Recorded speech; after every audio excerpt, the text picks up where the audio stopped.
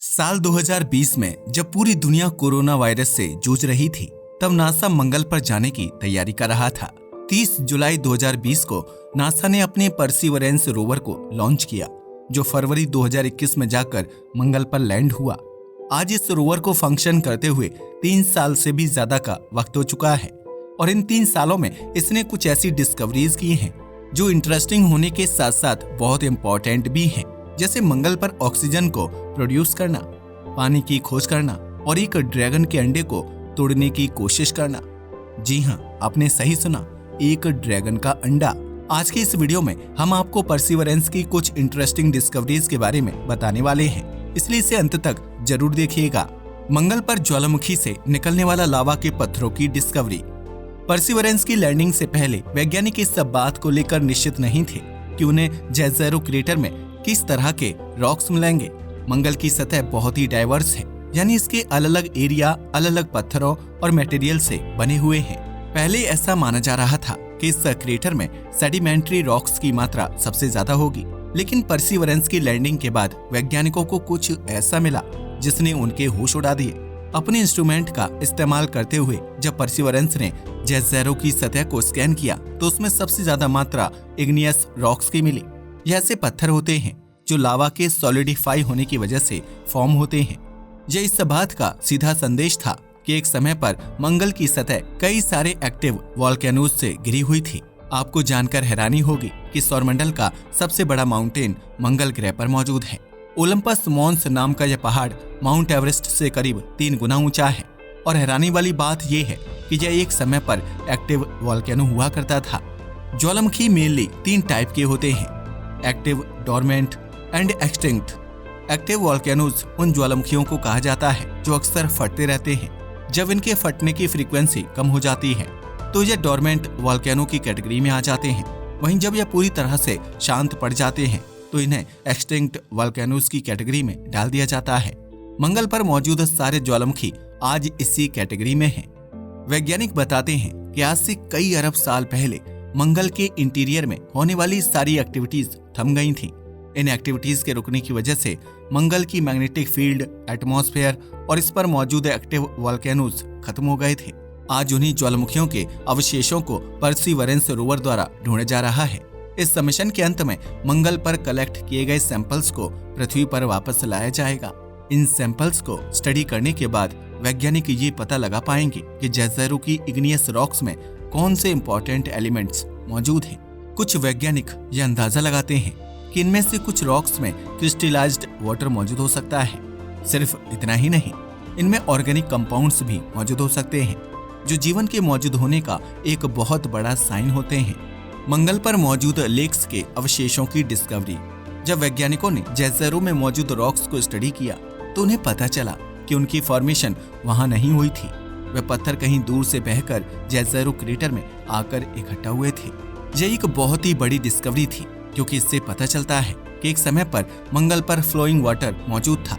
2012 में curiosity rover के जरिए यह कन्फर्म किया गया था कि मंगल एक समय पर वाटर प्लैनेट हुआ करता था। मैग्नेटिक फील्ड न होने की वजह से इसका वायुमंडल खत्म होता गया और इसमें मौजूद पानी भाप में कन्वर्ट होकर स्पेस में एस्केप होने लगा। धीरे धीरे मंगल पर मौजूद समुद्र और नदियां सूखने लगी और यह एक बंजर ग्रह बन गया। आज भी हमें उन नदियों और उनके द्वारा बहाए गए पत्थरों के सबूत मिलते हैं। इंटरेस्टिंग बात यह है कि इनमें से ज्यादातर सबूत जेज़ेरो जैसे क्रेटर्स में ही मौजूद होते हैं। इस क्रेटर में एक बहुत ही इंपॉर्टेंट पत्थर मौजूद है जिसे वैज्ञानिक द वाइल्ड कैट रिज कहकर बुलाते हैं। इस पत्थर के आसपास कई ऐसे डिपॉजिट मिले हैं जो एक एंशिएंट लेक बेड की ओर इशारा करते हैं। परसिवरेंस में मौजूद इंस्ट्रूमेंट्स के जरिए यह पता लगाया गया है कि इन डिपॉजिट्स में कई ऑर्गेनिक कंपाउंड मौजूद हो सकते हैं। इस मिशन के अंत में जब सैंपल्स को पृथ्वी पर लाया जाएगा तो उसमें वाइल्ड कैट के डिपॉजिट भी शामिल होंगे। जेज़ेरो एक समय पर वाटर बॉडी हुआ करता था। परसिवरेंस द्वारा कैप्चर की गई फोटोज में ऐसे कई बड़े पत्थर दिखाई देते हैं जो कहीं और से बहकर इस गड्ढे में आए थे। वैज्ञानिकों के मुताबिक एक नदी के नॉर्मल फ्लो से इतने बड़े पत्थरों का बहना बहुत मुश्किल है। यही कारण है कि ऐसा माना जाता है कि एक समय पर मंगल पर एक बहुत बड़ी बाढ़ आई थी। उस बाढ़ में ऐसे कई सारे पत्थर जेज़ेरो जैसे क्रेटर्स में आकर इकट्ठा हो गए थे, क्योंकि यह एक लो लेवल एरिया था। वैज्ञानिक अभी भी उस बाढ़ के आने के कारण को ढूंढ रहे हैं, लेकिन उन्हें कोई भी पुख्ता इंफॉर्मेशन नहीं मिली है। मंगल पर जाने के बाद परसिवरेंस का मेन मकसद वाटर हिस्ट्री को स्टडी करना था। मार्स के पोल्स पर भारी मात्रा में फ्रोजन आइस मौजूद है, जो इस बात का सीधा सबूत है कि एक समय पर यह ग्रह पानी से भरा रहता था। वैज्ञानिक इस खोए हुए पानी पर रिसर्च करना चाहते हैं। परसिवरेंस द्वारा की गई ड्रिलिंग से ये पता चलता है कि मार्स की ऊपरी सतह के नीचे कई वाटर क्रिस्टल मौजूद हैं। यह वाटर क्रिस्टल मंगल पर आने वाले तूफानों की वजह से धूल के नीचे दब चुके हैं। यह पानी हम इंसानों के लिए ड्रिंकेबल तो नहीं है, लेकिन इसके जरिए फ्यूल जरूर प्रोड्यूस किया जा सकता है। पानी में मौजूद हाइड्रोजन और ऑक्सीजन को अलग अलग करके रॉकेट फ्यूल बनाया जा सकता है। इस प्रोसेस को सबसे पहले चांद पर टेस्ट किया जाएगा। नासा का आर्टेमिस मिशन पानी से फ्यूल बनाने का सबसे पहला और सबसे इम्पोर्टेंट स्टेप होगा। इस मिशन सीरीज में नासा कुछ एस्ट्रोनॉट्स को चांद पर भेजेगा। ये एस्ट्रोनॉट्स सिर्फ वहां जाकर वापस नहीं आएंगे, बल्कि एक मून बेस की नींव रखेंगे। नासा के चीफ साइंटिस्ट्स बताते हैं कि मंगल पर बेस बनाने से पहले हमें एक मून बेस की जरूरत पड़ेगी। चांद हमारी पृथ्वी से मात्र 4 लाख किलोमीटर दूर है और वहां तक पहुंचने की जर्नी में ज्यादा रिसोर्स खर्च नहीं होते हैं। चांद पर बेस बनाते हुए हम कई ऐसी चीजों को सीख सकते हैं जो आगे चलकर एक मार्स बेस बनाने में काम आएंगी। आप आर्टेमिस को मार्स बेस बनाने का टेस्टिंग मिशन समझ सकते हैं। आर्टेमिस में होने वाली गलतियों से सीखकर वैज्ञानिक टेक्नोलॉजी में इम्प्रूवमेंट्स करेंगे ताकि हमें मंगल पर रहने में परेशानी ना हो। मंगल पर ऑक्सीजन को प्रोड्यूस करने का एक्सपेरिमेंट। मार्स का 96% वातावरण एक ऐसी गैस से बना है जो हमारी पृथ्वी के लिए बहुत ही हानिकारक है। हम बात कर रहे हैं कार्बन डाइऑक्साइड की।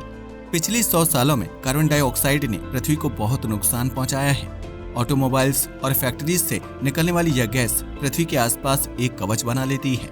इस कवच की वजह से सूर्य की सारी गर्मी पृथ्वी के अंदर ट्रैप हो जाती है। इससे पृथ्वी का एवरेज तापमान बढ़ता है और साइंटिफिक भाषा में इसे ग्लोबल वार्मिंग कहा जाता है। कार्बन डाइऑक्साइड इकलौती ऐसी गैस नहीं है जिसकी वजह से ग्लोबल वार्मिंग होती है, लेकिन इसके बारे में जानना इम्पोर्टेंट इसलिए है क्योंकि मार्स पर इसकी मात्रा कुछ ज्यादा ही है। मंगल हमारा होने वाला होम प्लेनेट है। इतनी ज्यादा कार्बन डाइऑक्साइड में हमारा जिंदा रह पाना एक इम्पॉसिबल चीज है। यही कारण है कि पिछले कुछ सालों से वैज्ञानिक मंगल पर ऑक्सीजन प्रोड्यूस करने की कोशिश कर रहे हैं। परसिवरेंस रोवर पहला ऐसा स्पेसक्राफ्ट है जिसने मंगल पर ऑक्सीजन प्रोडक्शन के एक्सपेरिमेंट को सक्सेसफुली कंप्लीट किया है। इस रोवर में लगा मॉक्सी इंस्ट्रूमेंट मार्स के वातावरण में मौजूद हवा से ऑक्सीजन को प्रोड्यूस करता है। मॉक्सी का फुल फॉर्म है Mars oxygen in situ resource utilisation experiment. वैज्ञानिक इस इंस्ट्रूमेंट को करीब 16 बार चला चुके हैं और हर बार इसने सक्सेसफुली ऑक्सीजन को प्रोड्यूस किया है। यह इन टोटल 122 ग्राम ऑक्सीजन को प्रोड्यूस कर चुका है, जो एक एस्ट्रोनॉट को 4 घंटे तक जिंदा रखने के लिए काफी है। वैसे तो ये बहुत कम मात्रा है, लेकिन ध्यान देने वाली बात यह है कि मॉक्सी सिर्फ एक टेस्ट एक्सपेरिमेंट था। वैज्ञानिक इसके जरिए ये जानना चाहते थे कि मंगल के वातावरण में ऑक्सीजन को प्रोड्यूस किया भी जा सकता है या नहीं। 2 साल तक प्रॉपर फंक्शनिंग करने के बाद सितंबर 2023 में मॉक्सी ने अपने लास्ट एक्सपेरिमेंट को कंडक्ट किया था। अब यह इंस्ट्रूमेंट हमेशा हमेशा के लिए शांत पड़ चुका है। मंगल की आवाज। अब भले ही यह इंस्ट्रूमेंट शांत हो चुका हो, लेकिन मंगल का वातावरण बहुत ही लाउड है। तस्वीरों और वीडियोस को कैप्चर करने के अलावा परसिवरेंस ने मंगल की आवाजें भी रिकॉर्ड की थी।